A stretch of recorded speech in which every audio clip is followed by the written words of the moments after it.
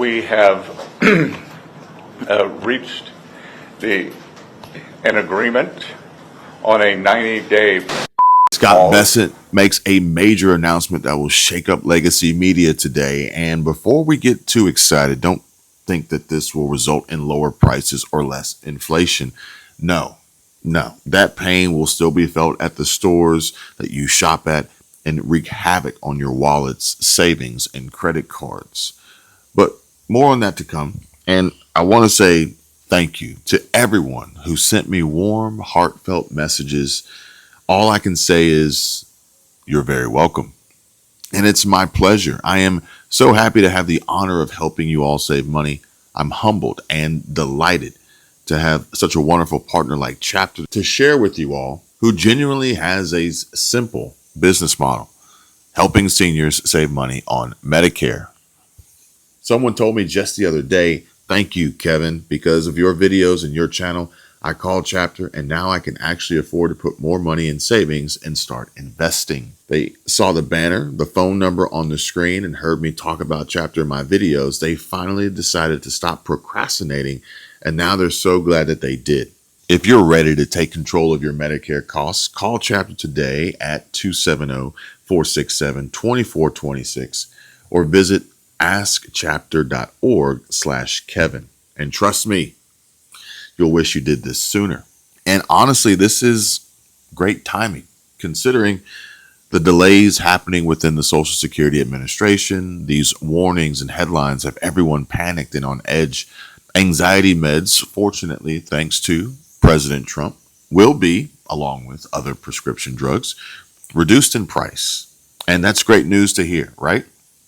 It's about time we get some good and positive updates instead of all the bad, negative doom and gloom. Thank you all for watching, liking, commenting, sharing, and subscribing. Now, let's get into the latest from the trade talk negotiations that happened over the weekend in Switzerland. Good afternoon. I'm happy to report that we made substantial progress between the United States and China in these very important trade talks. First, I want to thank our Swiss host. The Swiss government has been very kind in providing us this wonderful venue, and I think that led to a great deal of the productivity we've seen. We will be giving details tomorrow, but I can tell you that the talks were productive. We had the Vice Premier, 2 Vice Ministers who were integrally involved, Ambassador Jameson and myself, and I spoke to President Trump, as did Ambassador Jameson last night, and he is fully informed of what is going on. And this was, as the Secretary pointed out, a very constructive 2 days. It's important to understand how quickly we were able to come to agreement, which reflects that perhaps the differences were not so large as may be thought. That being said, there was a lot of groundwork that went into these 2 days. Just remember why we're here in the first place is the United States has a massive $1.2 trillion trade deficit. So the President declared a national emergency and imposed tariffs. And we're confident that the deal we struck with our Chinese partners will help us to work toward resolving that national emergency. All right. Let's dive into the headline of the day. Scott Bessent, a heavyweight in the financial world, just dropped a bombshell that's got legacy media scrambling. And for those who don't know, Bessent is a hedge fund titan and a key economic advisor in President Trump's circle. His announcement? He's launching a new media venture aimed at challenging the stranglehold of traditional outlets. And this isn't just another news channel. It's a platform promising unfiltered, data-driven insights into markets, policy, and global trade. Think of it as a wake-up call for the talking heads who've been spoon-feeding us narratives for years. And why does this matter to you? Because the media shapes how we see the economy. And Bessent's move could mean more transparency about what's really going on with your money. But don't hold your breath for instant relief at the grocery store or gas pump. Inflation's still a beast, and Bessent himself warned that the Fed's policies and global supply chain issues aren't going away overnight. So while this shakeup is exciting, it's not a magic wand. Your wallets are still taking hits. And that's why I'm so passionate about sharing practical ways to save. Now let's talk about the elephant in the room, inflation. Prices are still climbing, groceries, utilities, healthcare, you name it. The latest number from the Bureau of Labor Statistics show inflation hovering around 3.5% annually. But let's be real. McDonald's has gone up 200+%. And it feels way higher when you're at the checkout at Walmart or wherever you may shop. Whole Foods, maybe. And that's with interest rates still elevated. Credit card debt is spiking over $1.2 trillion nationwide. And somebody just told me the other day they can't afford to make their minimum payment. And this is what's wreaking havoc on savings accounts and retirement plans, especially for seniors on fixed incomes. And this is where smart financial moves come in. One of the easiest? Yeah, saving money on Medicare for sure. But let's address the Social Security admin delays that are causing so much stress. Reports are piling up about backlogs and processing claims and payments. Some people are even waiting months for their benefits. And this is a nightmare for anyone relying on those checks to cover the basics. The SSA's understaffing and outdated systems aren't helping either, and headlines are screaming about potential cuts or reforms down the line. No wonder everyone's on edge. But there is a sliver of good news. President Trump's push to lower prescription drug prices is definitely the biggest announcement that he made yesterday. Thanks to negotiations and executive actions with Big Pharma, we're seeing price cuts on critical meds, including anxiety medications, insulin, and more. Although insulin is becoming harder and harder to find, is what I'm hearing. Perhaps maybe because it's so affordable. On the bright side, for seniors, this could mean real savings, especially if you pair it with a Medicare plan optimized by Chapter. Why wasn't this done sooner? U.S. President Donald Trump said Sunday he would sign an order to cut prescription prices to the levels paid by other nations. He put that at 30 to 80% less than they are right now. In a post on Truth Social, the president said he would sign the order Monday morning. He said he would institute a so-called most favored nations policy, where the U.S. will pay the same price as the country with the lowest cost for any given drug. It wasn't immediately clear how the reductions would happen in practice. But drug costs are a hot-button issue in the U.S., which often pays close to triple the prices seen in other developed nations. In total, the country spends over $400 billion per year on medicines. Trump tried to tackle the issue in his first term with a proposed international reference pricing system, but saw the idea blocked by the courts. Drug industry insiders told Reuters they'd been expecting a new effort, probably with an order focused on the Medicare health insurance program. Some prices had already been renegotiated under previous President Joe Biden's Inflation Reduction Act. But drug makers expect the new order to be more far-reaching. A spokesperson for an industry body criticized the move, saying government price setting in any form is bad for American patients.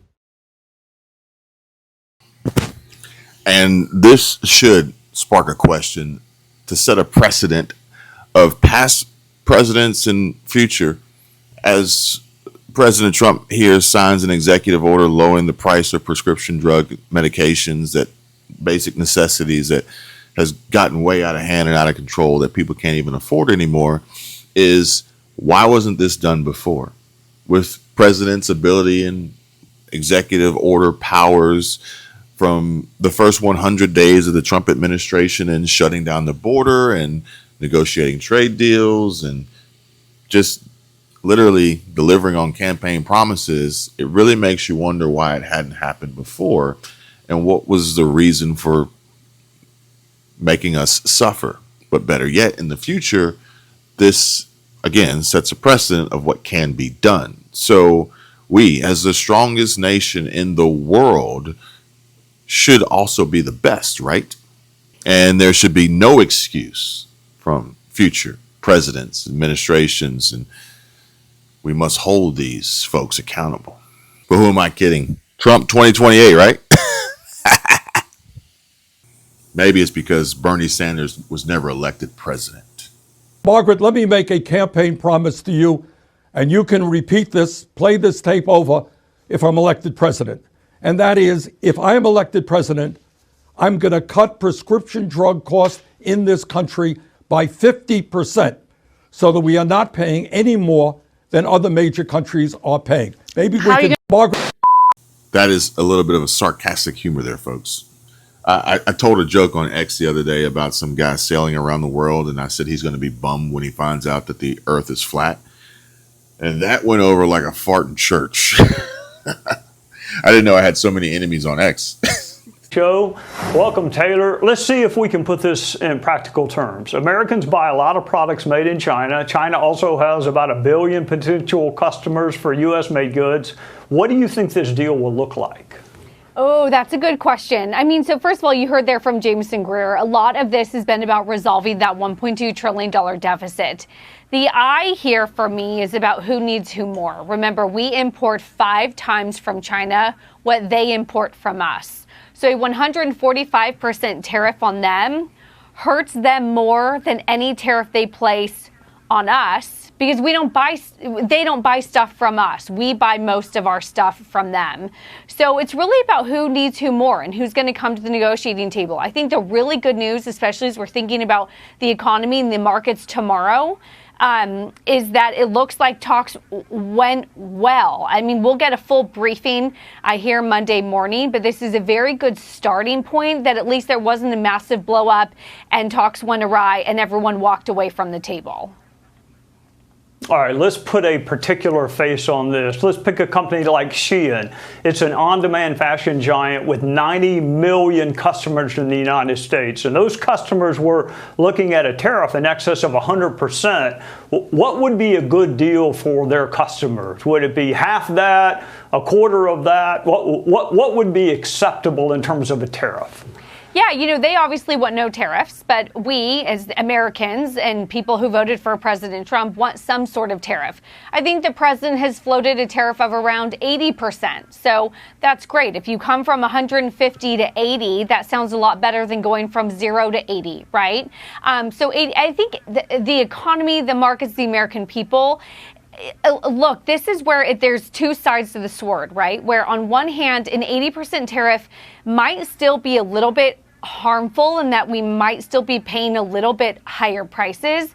But again, the question that people keep asking themselves, and look at what you're showing up there, right? People in manufacturing plants, right? Do I want another cheap sweatshirt from Shein? But if that means that my daughter doesn't have a job in Midwest 10 years from now, is that trade worth it? And a lot of Americans are thinking that trade isn't worth it anymore. We've done that for 20 years and we have gutted manufacturing because I wanted a couple cheap sweatshirts from China or cheap Barbie dolls or whatever it is, right? And so I think the question here for people is how much are you willing to pay in order to bring back some of that high precision manufacturing that Scott Bessent has talked about? And then what price is too high? Where Americans, at the end of the day, we are a consuming culture and we want to consume and we don't want to pay high prices for that. The president and his administration, they're trying to find that sweet spot. All right, speaking of the sweet spot, he seems to have found it with Great Britain. Here he is on the deal reached with our ally. The final details are being written up in the coming weeks. We'll have it all very conclusive, but the actual deal is a very conclusive one. We think just about everything's been approved. So good for both countries. And by the way, we have many meetings planned today and tomorrow, and every country wants to be making deals. All right, one adversary, one friend. How about neighbors like Mexico and Canada? Do you expect deals to be imminent with our neighbors? You know, I do. I think people were really looking at the deal with the UK to see, is this a framework for larger deals to come? For me, that deal with the UK is all about the direction of travel. This shows that this is an administration that wants to make deals. They are willing to make trade deals with partners, and that we are able to do so relatively quickly. Remember, on average, any given trade deal takes 18 months. So if we're starting to get a framework already, albeit with the UK, where there wasn't a deficit, it was mostly neutral, if not we had a surplus. That's still good, though, and that it shows the direction of travel of this administration of wanting to start negotiating. I think the press conference with the new Canadian Prime Minister went well a few weeks ago. So I do expect there to be negotiations and a framework with our allies. I will say the economy and the markets are desperate for a trade deal with other Asian nations, South Korea, India, Japan. Anything that will further bring them closer to us and isolate China further puts pressure on China, which is the biggie, as you know. Now let's pivot to the global stage. Over the weekend, trade negotiations in Switzerland brought together key players from the U.S., EU, and Asia to tackle tariffs, supply chains, and energy exports. The big takeaway? The U.S. is doubling down on protecting domestic industries, which could mean higher tariffs on imports. And that's great for American jobs, but could keep prices elevated for consumer goods like electronics and clothing. China's pushing back hard, and the EU's caught in the middle, so don't expect quick resolutions. And in the meantime, as always, we should be focused on what does this mean for you? Regardless of what anyone else is saying or doing or what it seems like maybe, it all comes back down to your bottom line. More pressure on your budget, okay? That's why every dollar you save counts. Whether it's through smart Medicare choices with Chapter or cutting back on non-essentials, you've got to stay proactive. And I'll keep you guys posted on these talks and how they unfold, so make sure you're subscribed and have your notifications turned on. Better yet, come on over to Patreon because you'll automatically get included in our email newsletter blasts when those go out. As members, you'll also have the ability to DM and send direct messages and contact me and Michelle for specific one-on-one advice. We have reached an agreement on a 90-day pause and substantially moved down the tariff levels. Both sides on the reciprocal tariffs will move their tariffs down 115%.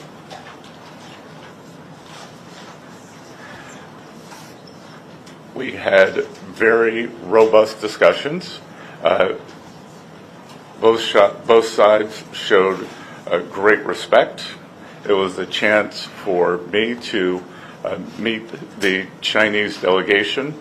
The vice premier I had previously had only a video call with.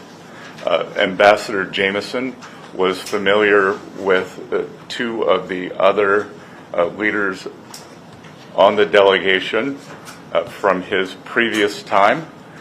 So there was very good personal interaction. Both countries represented their national interests very well. We concluded that we have shared interest, and we both have an interest in balanced trade. The U.S. will continue moving towards that. All right, folks, that's the rundown for this morning for today. From Scott Bessent's media shakeup to trade talks and Social Security headaches, there's a lot going on. But there's also a lot you can do to protect your finances, and I can't stress this enough. If you're on Medicare, call Chapter. The number's on the screen, 270-467-2426. Their website's down below in the description. Their advisors will walk you through your options and help you save money wherever they can.